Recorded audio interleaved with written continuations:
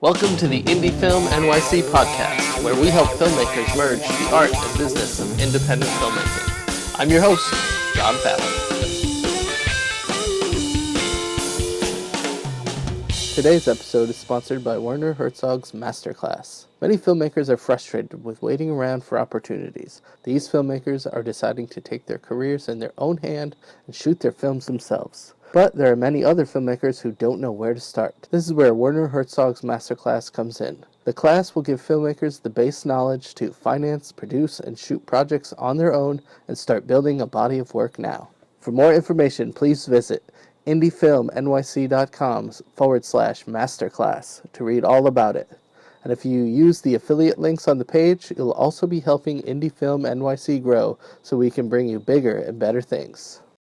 After a couple of the more creative-based interviews where I spoke with some great screenwriters, Bob Saenz and Michael E. Bierman, and actress Shannon Hamm, I wanted to put the focus back on the business side, and specifically how we as filmmakers are going to solve the question about how we are going to turn filmmaking into a sustainable living. So, for episode 10 of the podcast, I got the opportunity to speak with Selena Paskalidis of dotStudioPro.com about the mySpotlight.tb competition and how dotStudioPro is bringing you the next evolution of video distribution. If you want to give the platform a test, as I did, then sign up right now for the mySpotlight.tb video competition. The link is mySpotlight.tv/video-competition. I'll leave a link in the show notes too. If you want in on the contest, you have to be signed up by Thursday, September 8th.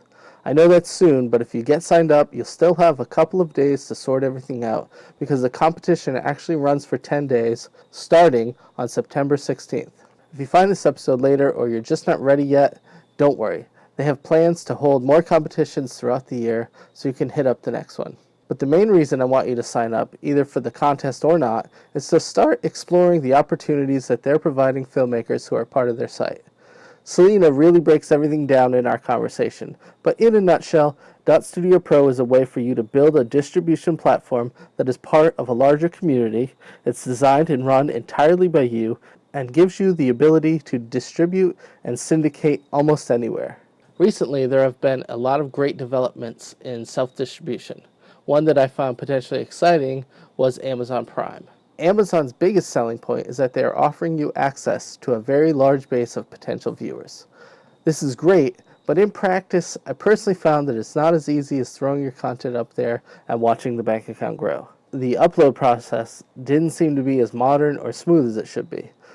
We had 13 episodes of our first season of Wow, I Never Knew That, which we were trying to upload. We had the uploader fail multiple times, and the speed was really slow. After about 3 weeks of attempts and failures, everything finally got uploaded. You can go right now and watch episodes of our show, but at the end of the day, it's really up to the creatives to drive people to those Amazon links. With dotStudioPro, it's still going to require a lot of your time and energy, but there are two things that make this a potential game changer for me.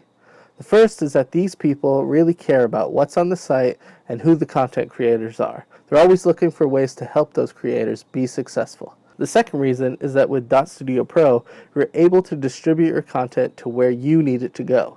No longer do viewers need to go exclusively to a content platform like Amazon Prime Video, but you're able to embed your content wherever you choose. If your audience is on Facebook, they can watch directly on Facebook. What that means is that you're bringing your content to where your audience hangs out.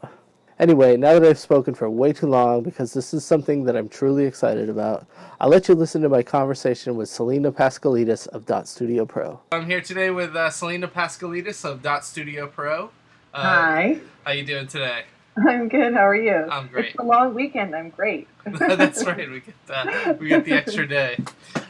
So tell me a little bit about who you are, what you do with Sure. dotStudioPro, and maybe what you did before dotStudioPro. Before dotStudioPro? Sure.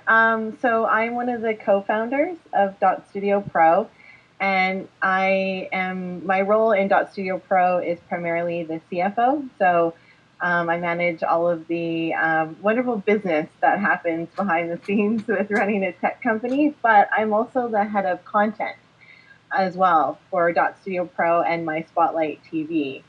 And my background actually lends itself to that. I've been in the entertainment space for over 10 years. And I've been in it in various roles. Majority of it has been as the head of business affairs for long-form drama companies in Canada. So companies that are creating television series or feature-length films. And then I moved into producing on my own. So I produced film and shorts and web series and a little bit of television, and then I moved into digital.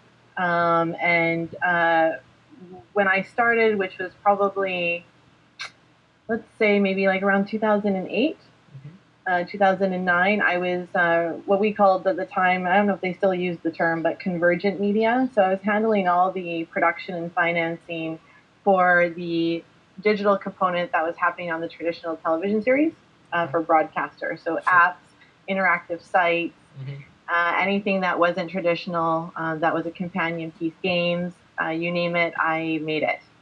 Not me physically, but I worked with teams. Right. And so that's where during that time frame, I was at a film festival and I had met Joan Phoenix.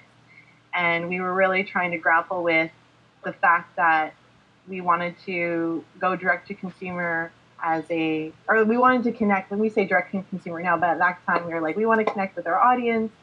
We want to show them the content and have the content get to them and have no barriers for that content. And we want to make money at it. And so how do we empower ourselves to do that? And that's essentially like the really basic way of how dotStudioPro sort of formed itself. They were already in that space, heading in that direction. And I was at the same time trying to figure out I was taking investment money and government financing. I was like, how am I going to make a living out of this? And I really want to be a producer, and I really want creators to have a voice and connect. And so we joined forces and came up with dotStudioPro. Great. So at that time, I mean, it sounds like you were on the forefront of kind of the digital crossover, really. So was Netflix around? I mean, what else was out there at the time? Like, what were you modeling after? Well, really, there was Vimeo wasn't around at the time when I started doing convergent media. It kind of started getting legs maybe like the second year that Joan Phoenix started when we started working together. And that was more like, we knew like a lot more like crew was using Vimeo for like demo reels and stuff like that at that time, but it wasn't like at all in relation to like a business. Like, how do we go direct to consumer and start a business? YouTube, of course, was around, but at that time, everybody's like, "Oh, look at the cat video," and like, there was no such thing as YouTubers. I remember like when we launched. So we launched our product in October 2014, and that summer we went to VidCon, and we were like, "What is this?" What's that? Like Elvis, it was like Elvis was alive. Like, there were, 15,000 screaming girls. I felt totally out of the loop. You mean for like YouTube personalities? Yeah, for YouTube personalities. And like I knew that there was a business and a commerce aspect happening on YouTube. Sure. But I didn't understand at that time, like, the magnitude of it, the reach of it, and the monetization opportunity that could arise at that time. So, we really, we were, in building the beta at that time. So it was, so like it was, everything was just starting. Right. So I guess when I first became aware of dotStudioPro, the first time I had heard the name, I guess, I think was probably around 2014. And I remember looking at it and thinking, oh, this is more geared toward, big companies or whatever. So obviously there's been a shift or an inclusion, I should say, because you still do work with big companies. But was the YouTubing monetization of these personalized, was that an influence into how you shifted or pivoted? No, like, to be honest, we always have grappled with the individual creator versus the enterprise client, where that being like maybe like a publisher or a broadcaster or whatever that may be. Okay. And our system always facilitated both. Um, we just hadn't gotten to a place where we could really focus on it. Like, I think when we launched, we're like, we built the product, we knew what we wanted was we wanted to give the same tools to creators that broadcasters would have. We wanted to democratize that. We wanted to empower them and give them the same technology, the same data, so that if they wanted to really build out their brand, they could. Like, Okay. that's why we built the platform always. But the enterprise aspect of it existed, and so they helped us build, essentially. So what happened was, like, we built that product, right? And then we were just like, oh, okay, this is great. Now how do we get people to use it? And we started like gleaning data, and we did work with individual creators, and then we also worked on the enterprise, and we got that data, and we're like, okay, now where we're at, we know now how to like offer the right it's not even so much the right product, because we had the product, but it was the right messaging and the right tool sets to really help creators move into that direction, because they are kind of one of the same. They do have equal opportunity if they have the mindset to do it, and now we gave them the technology solution to facilitate it. Right. So I guess, so then what makes your platform unique?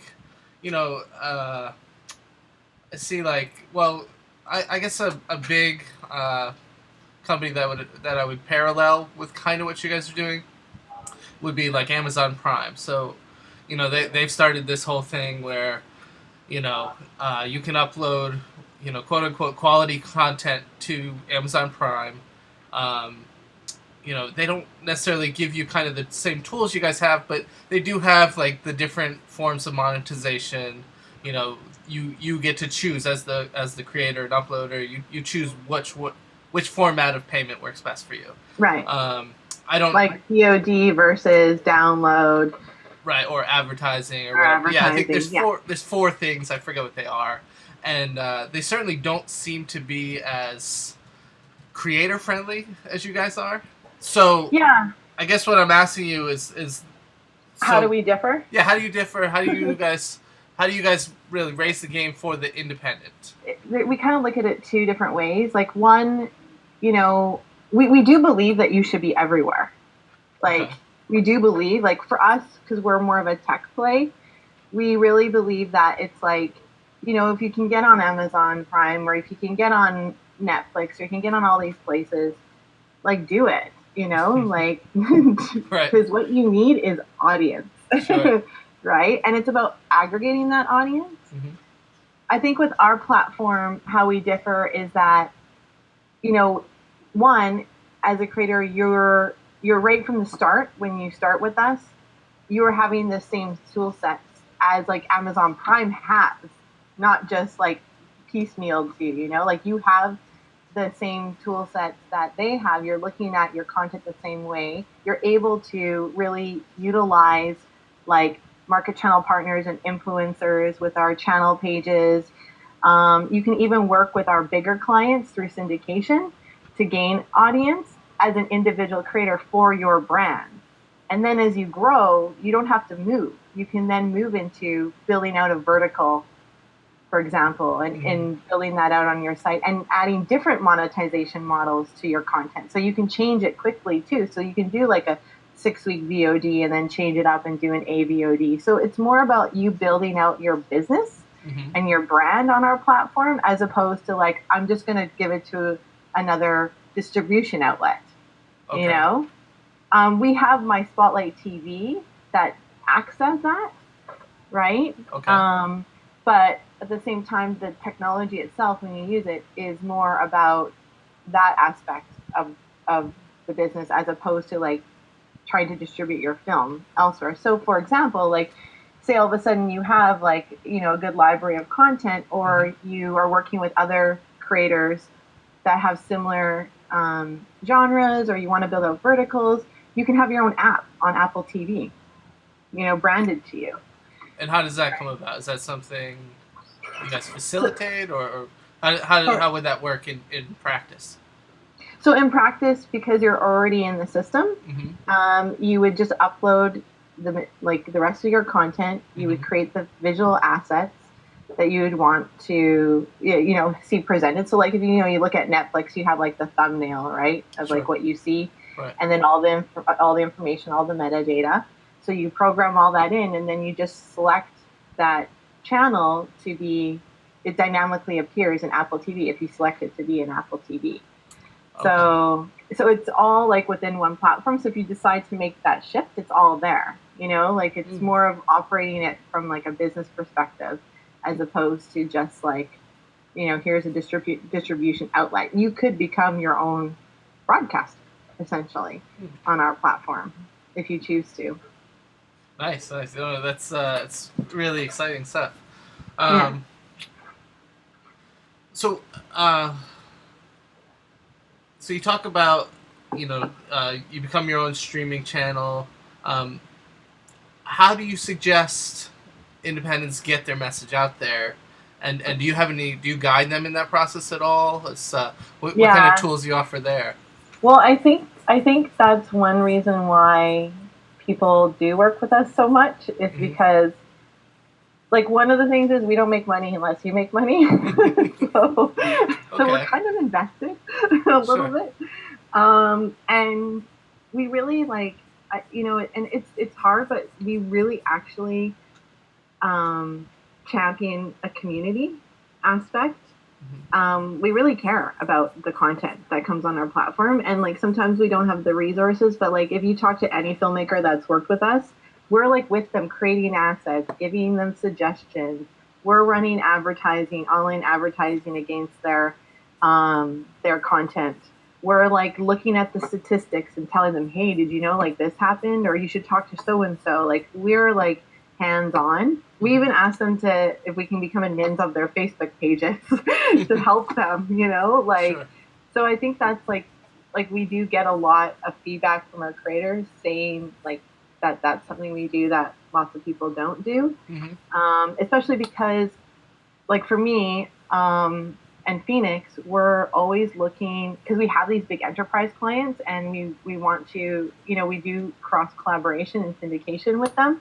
So we want to know what content is on our system. We want to provide the opportunities as well. And we are looking at the stats. So we have to be very involved with our creators because they need that audience and they need that opportunity to start, garnering that audience.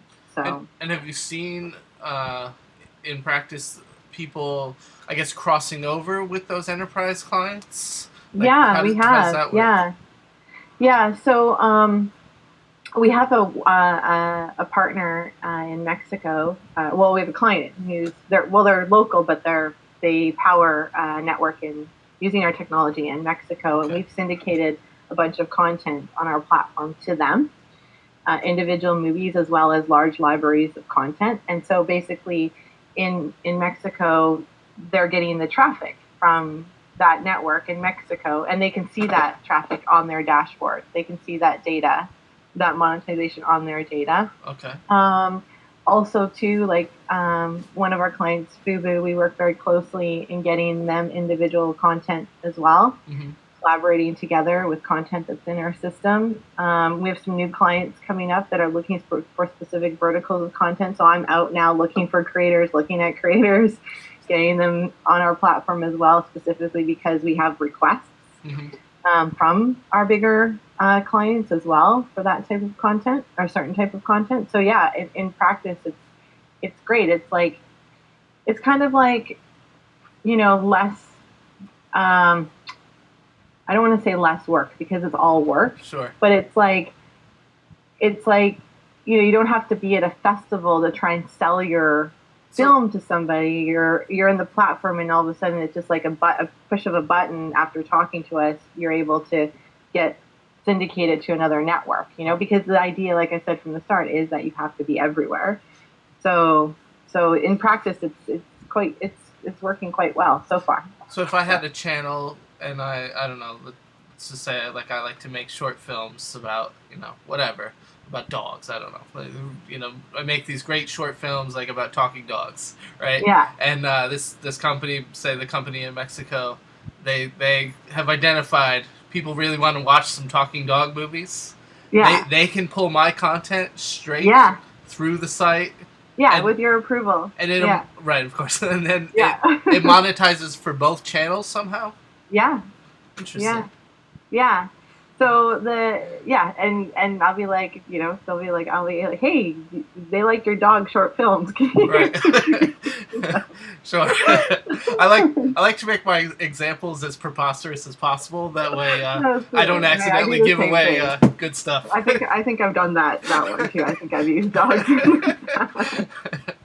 But the other way too is like, like market channel partners. Okay. Or influencers.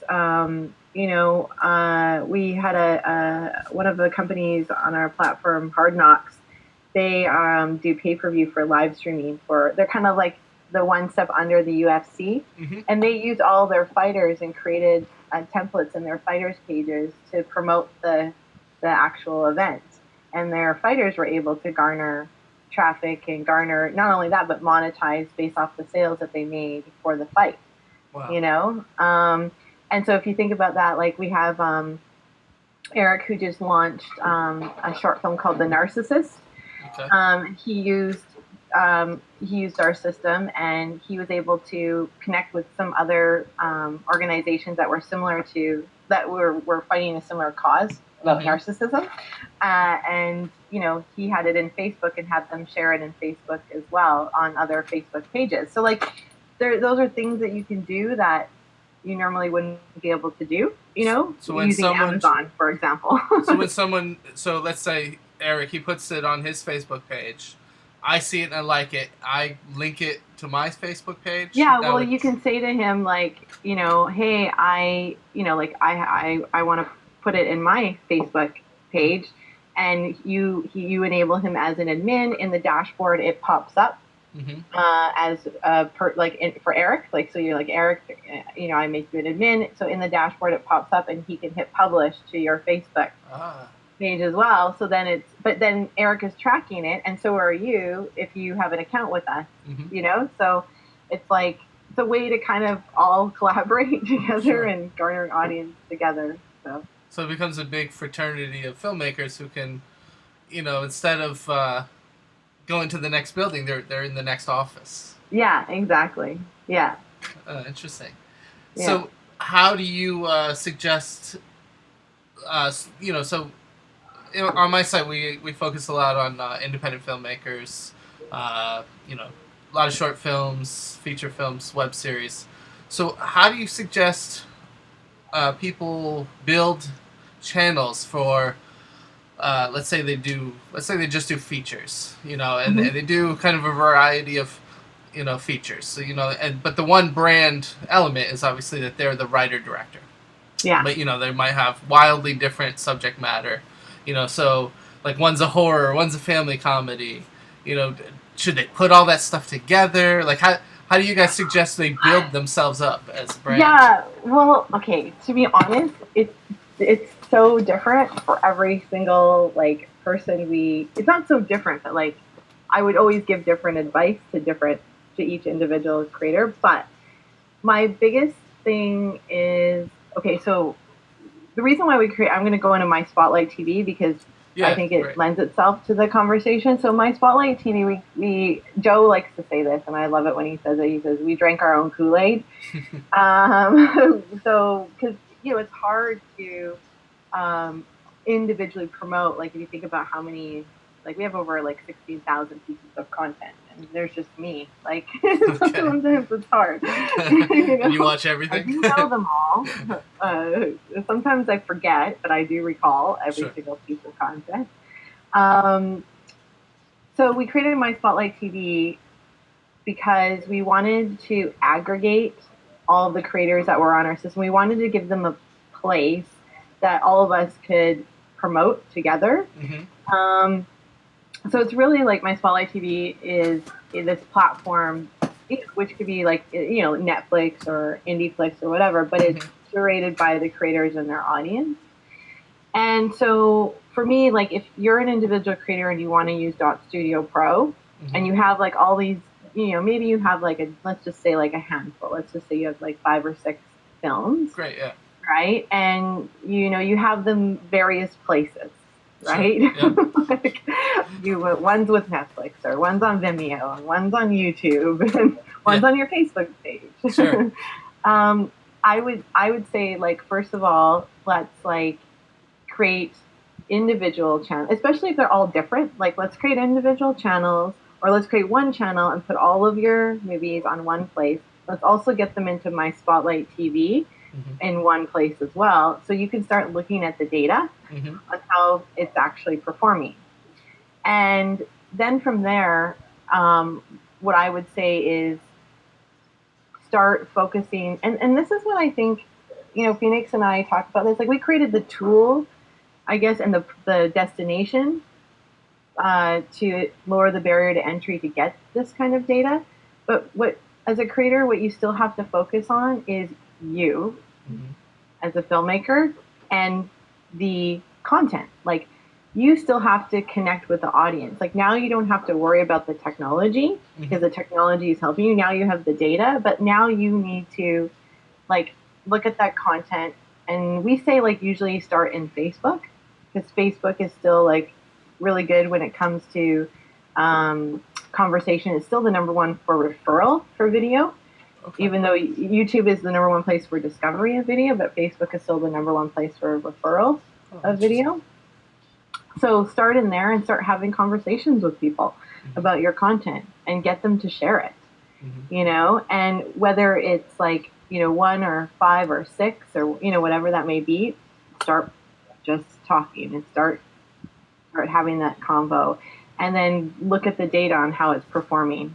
And from there, what we then usually say is you'll have a good handle on what your content is, and you have the data that supports it. So now start building out ancillary content around that content, and start working on your next projects to facilitate it based off that data that you have. Does that answer your question? Yeah, I think so. I mean, I guess what it boils down to is one thing about you guys is that you are very hands-on. Like I'm doing the mySpotlight competition because I wanted to see how it all worked.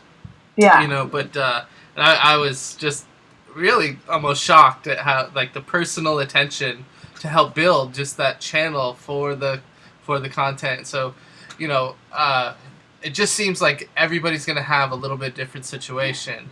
And what's encouraging to me is how you guys, like you said, you care about that content, you care about helping work through those answers.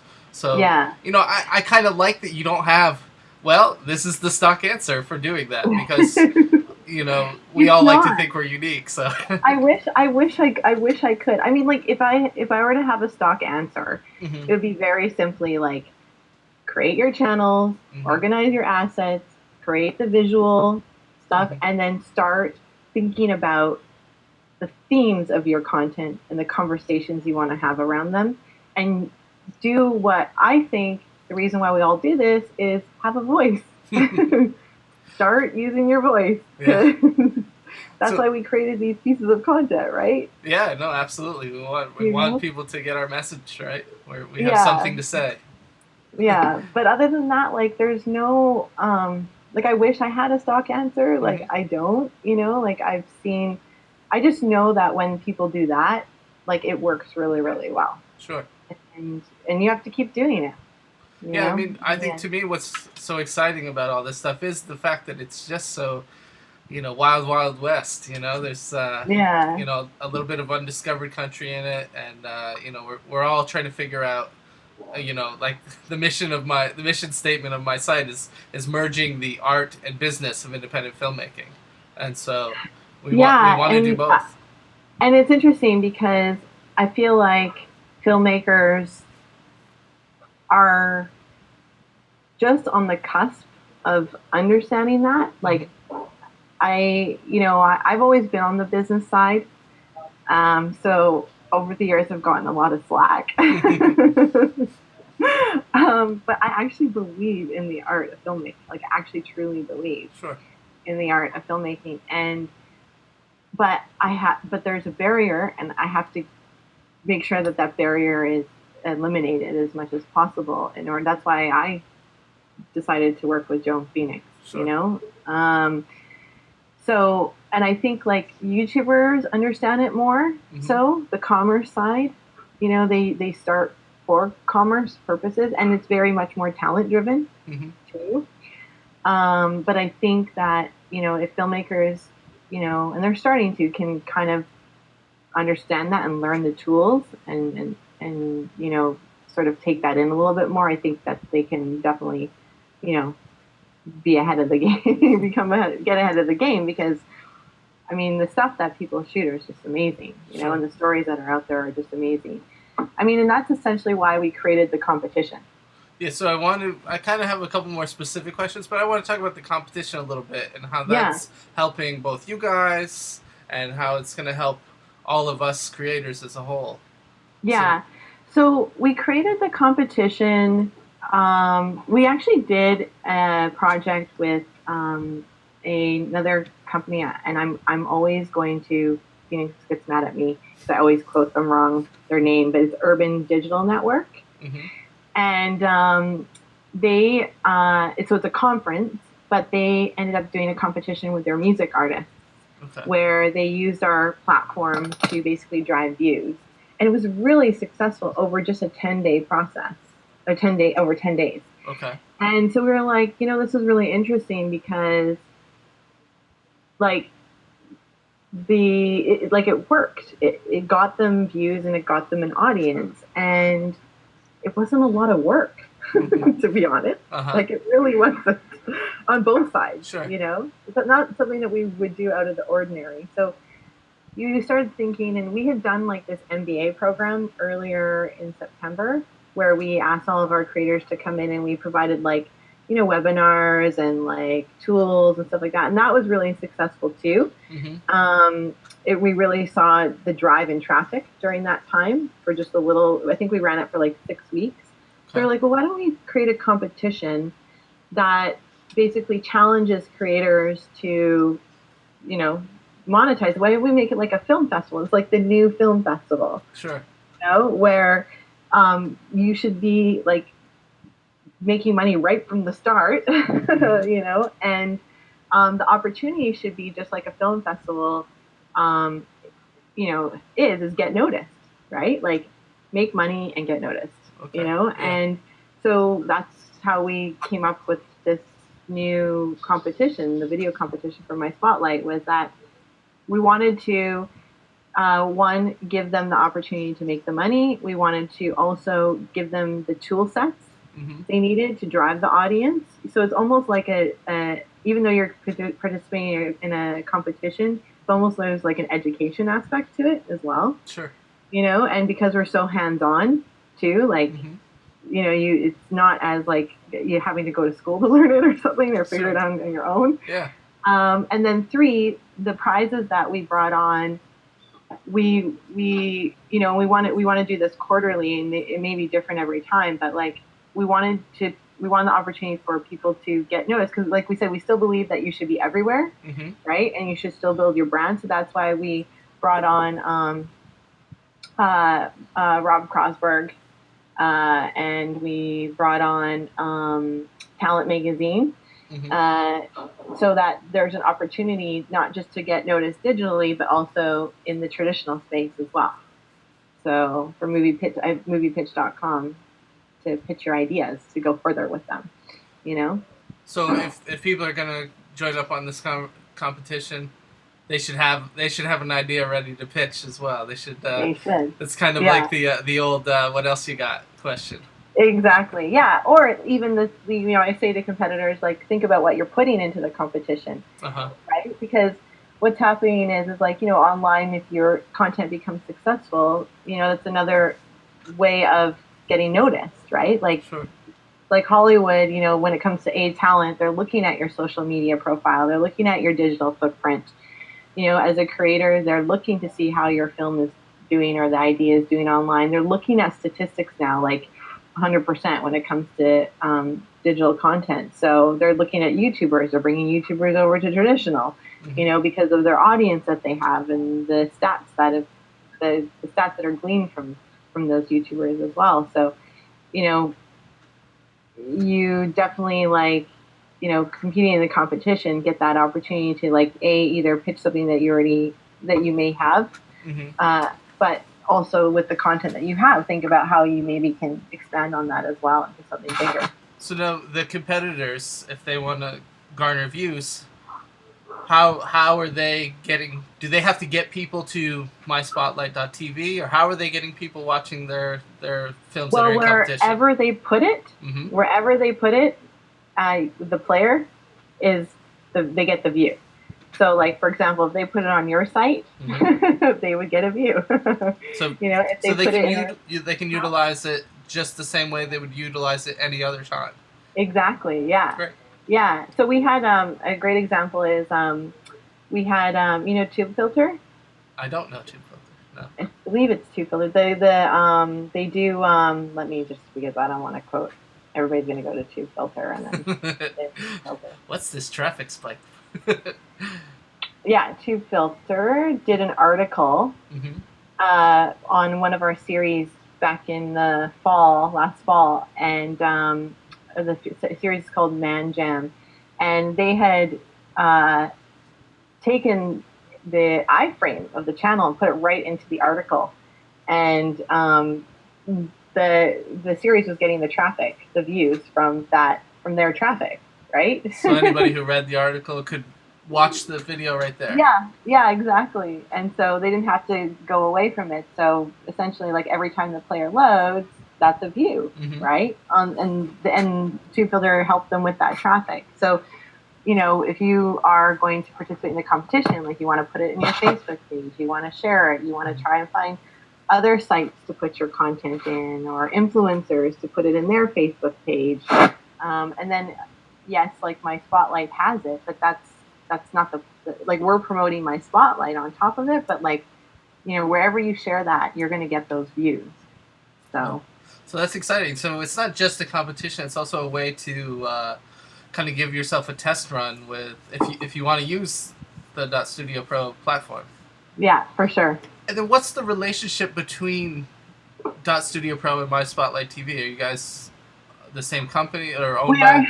Yeah, we're the same company. So it's basically mySpotlight.tb is a sample of what our enterprise clients use our platform for. So and it's a sample of what you could potentially build if you wanted to, or have if you wanted to. So you are able to build out a whole network using our platform, You're able to get mySpotlight.tb. You can actually, you have a WordPress site and you have enough content, you can use our WordPress plugin to have the same effect within your site. Because publishers, if you're a publisher, rich media content is really what drives ad sales. Sure. So, if you want video content in your site, you can use our WordPress plugin and have the same thing. So it's the same system. The backend is the same that runs mySpotlight.tb. And then everything, I mean, it seems like the really nice thing about the whole system is everything runs off the one dashboard in your dotStudioPro account, correct? Yeah, that's correct. That's where you get the embed codes, everything you need? Everything you need. Wow, interesting. Yeah. So tell me, just in a nutshell, I guess, what's the difference? You keep using the term enterprise client, and how is that? What's the difference between an enterprise client and someone like myself who has maybe a couple small films? We use the enterprise client for somebody who has a large library of content, and who has probably over I mean, it depends, but I would say like, they range from 50,000 unique views a month to some of our clients have over 300 million unique views a month. So really they have big more of an companies. infrastructure. They either have a library of content that they're starting with. So like our client, Very Paranormal, they use our embeds, video embeds, and they're starting their network. They may not have the huge infrastructure or the traffic yet, but they have a large body of content, tons of content. So they're able to facilitate a network play. So that's what we use the word enterprise for. Gotcha. Or Fubu Television, for example, they have various deals with excuse me, content owners and distributors, and then they also have their library on other like satellite providers and whatnot. Okay. So for the independents, what aside from the competition, if an independent filmmaker wanted to start a dotStudioPro account or channel, how do you define it? Do you just we say dotStudioPro account, like if you wanted to sign up for a dotStudioPro account and start distributing direct to consumer. And so what is that? I mean, essentially how much are we talking? Like what do they have to pay out? Like what are the costs involved? That's the thing, is there's no cost. The cost is your time. It's free to sign up. Okay. And when you sign up, somebody contacts you within 48 hours generally. And we talk to you about what your content is. We get you familiar with the dashboard, help you create your channels based off of what it is you think you want to do. I would say it's like a couple hours of work, and then it's more of like, how quickly you grasp the knowledge of what you need to do from a business perspective. Not so much from a technical perspective. That's, we think, is the quick part of it. But then it's like, what do you want to do now? Like, you have all these opportunities. What do you want to do? And what does their account provide them? Like, they can do channels. They can. How many their videos account can provides they upload? them with a video management system. Where they can store their videos. It provides them with. Is there a cap on that? Is there a cap?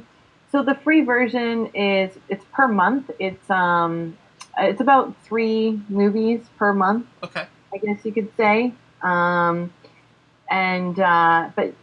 like if it's more than that, we're generally like, especially if you have the opportunity to monetize, we waive it. We're not like Vimeo where like, oh, you have to upgrade your account. Sure. We're more interested in you garnering the audience, than anything else.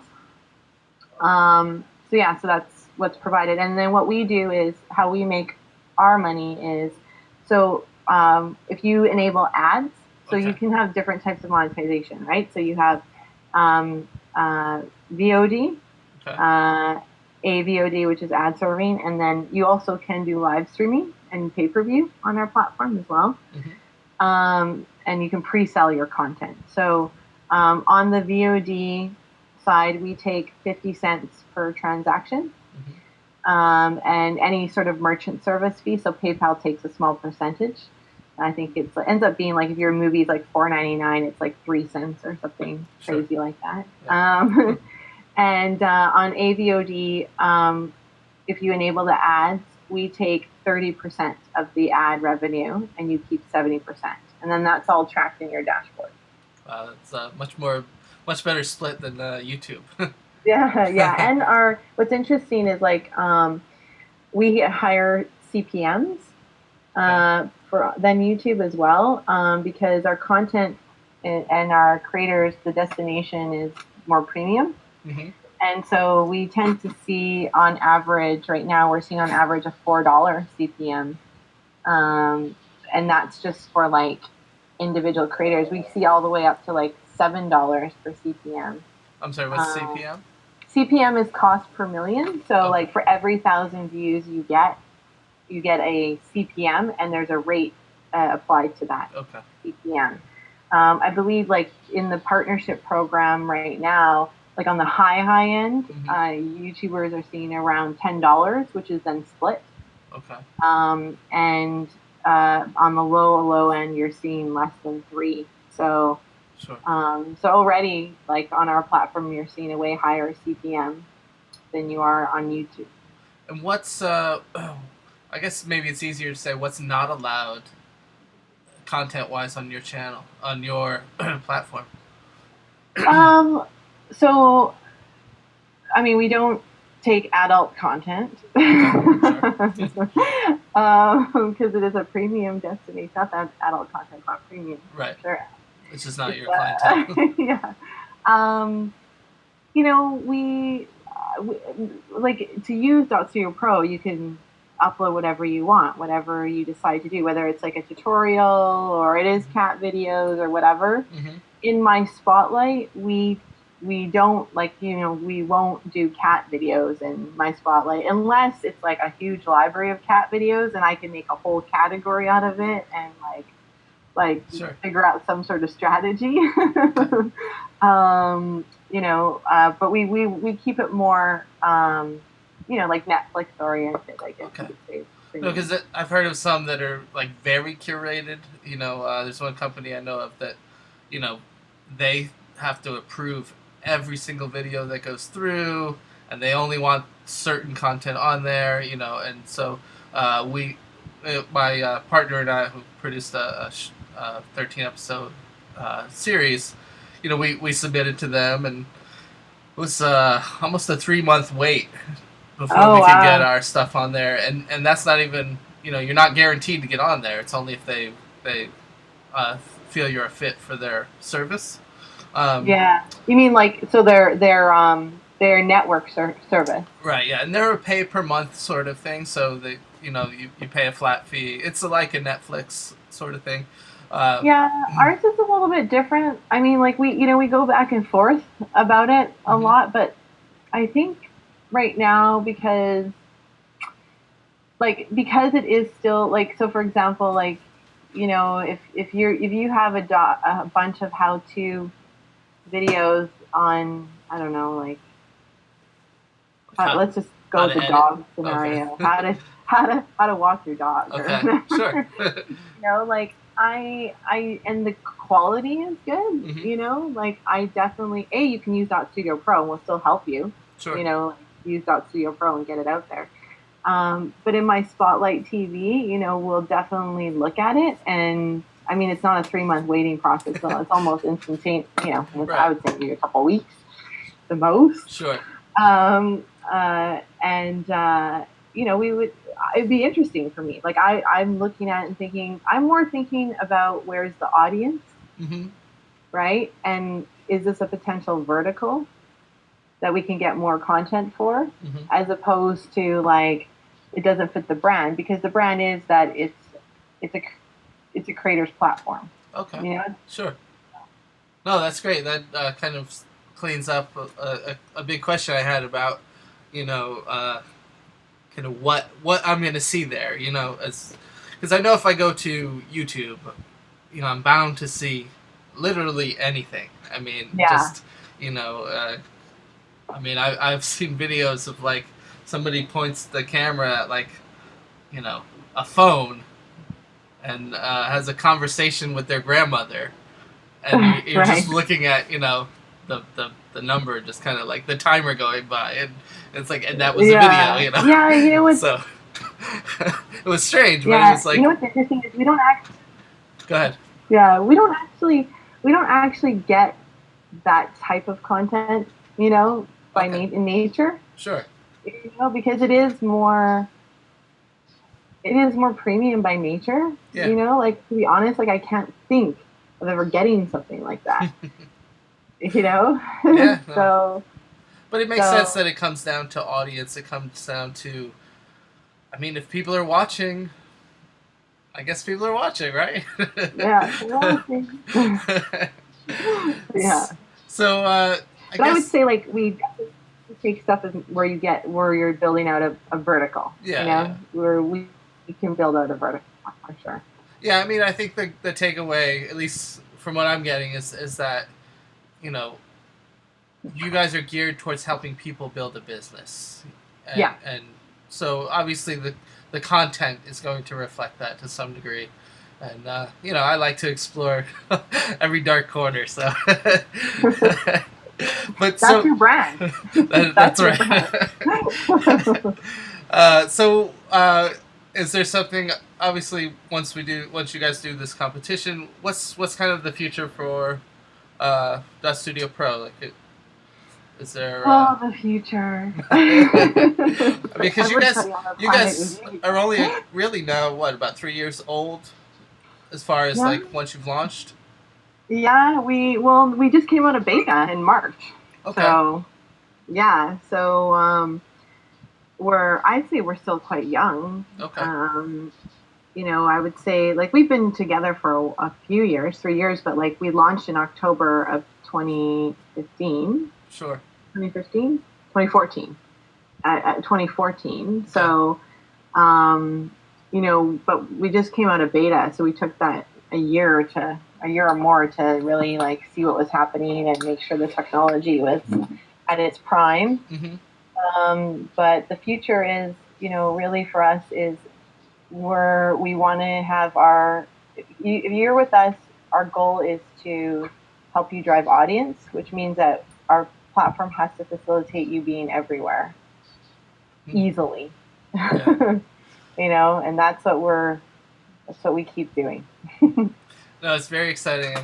I'm excited to see how, you know, because there's always that unexpected way that people start using different technologies, you know, and so, you know, I think you guys have built a really interesting and productive kind of base, and it'll be interesting to see where people take it. And, you know, so how sign you guys up for the competition and for the platform, because like that's what we want. We, you know, and we share so much information, so it's like we need you. So need you so that we all can do better. How can people find you? Like where should they go? Should they, you know, who should they talk to? Should they just go sign up on the site? Yeah, just sign up and you'll end up either talking to myself or to Phoenix. So you go to dotStudioPro.com. Mm-hmm. And then if you're interested in the competition, you go to mySpotlight.tb to sign up for the competition. And if they miss this competition, you said you're going to try to do them quarterly? Yeah, that's the goal. We have some interesting things that that have been simmering. And we want to try and run it, you know, every quarter. Mm-hmm. And this one closes on the 8th. Okay. Submissions close on the 8th. So submit if you can. Mm-hmm. And then just stay tuned and you can find us we're pretty active on social media. Okay. So if you go to our Facebook page, both mySpotlight.tb and dotStudioPro, you can garner a lot of insight into the industry and what we're doing and what our creators are doing. And same with Twitter as well. And we just started Instagram, but Facebook for sure, you can get a lot of great information, you know, outside of just like what we do. We post stuff all the time about the industry and what's going on and other people are doing. So like our pages and follow us on Twitter and you'll get a lot of updates, that's for sure. Great. Well, thanks for your time today, and I'm really excited about you know, bringing this to independent filmmakers and seeing how, you know, people could start making a living selling their films. Sounds good. Me too. Thank you so much for having us and me. You bet. I'm really excited to see where all of this goes because it is an encouraging development for indie filmmakers. So if you have any questions, comments, or insights that you'd like to share with Indie Film NYC, please reach out to us. You can do that by leaving a comment on any of the show pages, emailing me at john@indiefilmnyc.com, or go to our contact page at indiefilmnyc.com/contact.